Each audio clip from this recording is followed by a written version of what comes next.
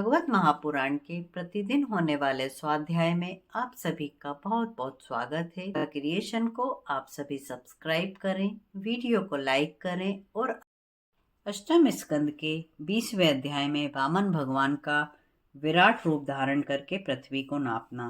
तीन लोक के नाथने छलियो बलि को आए, लेकर के सब राजधन इंद्र ही दीनियो जाए। इस प्रकार हम 20वें अध्याय में कथा श्रवण करेंगे। श्री सुखदेव जी बोले, हे राजन, जब शुक्राचार्य जी ने राजा बलि को इस प्रकार समझाया, तब राजा बलि ने शुक्राचार्य जी से मधुर वाणी में कहा।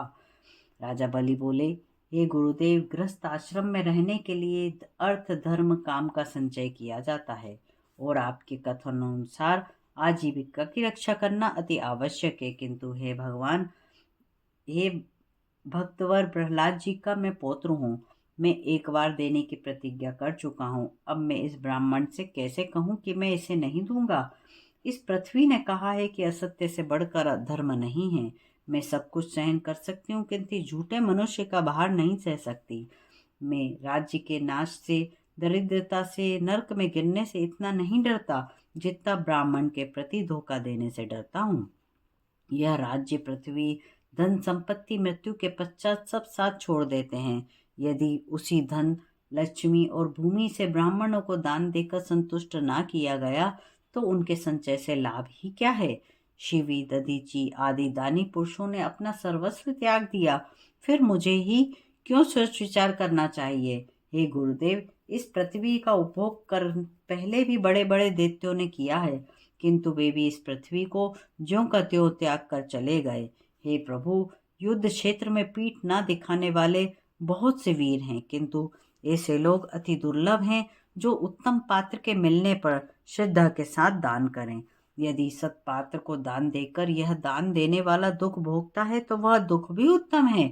इसलिए मैं इस ब्राह्मण कुमार की इच्छा अवश्य पूर्ण करूंगा। हे ब्राह्मण, जिन यज्ञ पुरुष भगवान की आराधना बड़े बड़े व्रत वेत्ता यज्ञों द्वारा करते हैं, वे स्वयं ही हमारे यज्ञ में पधारे हैं, तो पृथ्वी दान करने में मुझे कोई हानि नहीं है, क्योंकि मुझे पृथ्वी दान न करने पर भी ये बलपूर्वक मुझसे छीन लेंगे। यदि ये ब्राह्मण हैं तो मुझे ऐसा सत्पात्र दान देने के लिए कहाँ मिल सकता है। इसलिए मेरा दोनों प्रकार से ही कल्याण है। श्री सुखदेव जी बोले, हे राजन, शुक्राचार्य जी ने जब यह देखा कि मेरा शिष्य दैत्यराज बलि मेरी आज्ञा का उल्लंघन कर रहा है, तब वह देव की प्रेरणा से उन्होंने दैत्यराज बलि को शाप दे दिया। शुक्राचार्य ने कहा, रे मूर्ख, तू अज्ञानी होते हुए भी पंडितों की बातें करता है।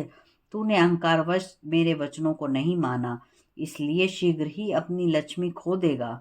हे राजन, दैत्यराज बलि शाप के योग्य नहीं थे, क्योंकि वे अपनी प्रतिज्ञा पर अटल थे।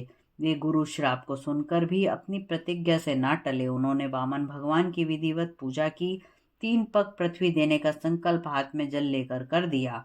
महारानी विद्यावती ने जल का स्वर्ण पात्र लाकर वामन भगवान के चरण पखारने के लिए दैत्यराज बलि को दिया। दैत्यराज बलि ने बड़े आनंद से प्रेम मग्न होकर भगवान के सुंदर चरणों को पखारा, चरणों तक सिर पर चढ़ाया। उस समय पृथ्वी से आकाश से पुष्पों की वृष्टि होने लगी। देवता, गंधर्व, अप्सराएं गुणगान करने लगे। हे राजा परीक्षित, इसी समय एक विचित्र घटना घटी। वामन भगवान का स्वरूप बढ़ने लगा। यह विश्व विराट स्वरूप इतना बढ़ा कि पृथ्वी, आकाश, स्वर्ग, 10 दिशाएं, समुद्र, पाताल, देवता, मनुष्य, पशु, पक्षी सब उसमें समा गए। राजा बलि ने उस विराट स्वरूप के संपूर्ण चराचर जगत को देखा। चरण तल में रसातल, चरणों में पृथ्वी, कुंडलिनियों में पर्वत, जांघों में मरुदगण, घुटनों में पक्षी देखे। विराट भगवान के वस्त्रों में संध्या, जघन में स्थान में असुर, नाभि में आकाश, हृदय में नक्षत्र, कोख में 7 समुद्र देखे। इस प्रकार राजा बलि ने सर्वात्मा भगवान में संपूर्ण ब्रह्मांड को देखा। भगवान के पास चक्र सुदर्शन, सारंग, धनुष, 5 जन, शंख, कोमोद की गदा, चंद्राकार ढाल, तलवार, अक्षय वाणों के 2 तरकश, सुंदरादि पार्षदगण तुरंत सेवा में आ गए। भगवान के मस्तक पर मुकुट, वक्ष स्थल पर बनमाला, कंठ में कौस्तुभ मणि, कमर में करधनी, बाजू बंद तथा शरीर पर पीताम्बर शोभायमान था। उन्होंने अपने एक पग से सारी पृथ्वी, दूसरे से स्वर्ग नाप लिया। शरीर से आकाश, भुजाओं से दिशाओं को भर दिया। तीसरे पल के लिए बलि के पास कोई वस्तु ना रही। भगवान का दूसरा पग महालोक, जनलोक, तपलोक, सतलोक में पहुंच गया। सतलोक में पहुंचने पर ब्रह्मा जी ने उनके नख चंद्र को अपने कमंडल के जल से धोया। उसी से गंगा जी की उत्पत्ति हुई। इस प्रकार 20वां अध्याय समाप्त होता है। 21वें अध्याय में राजा बलि का बंधन की कथा श्रवण करेंगे।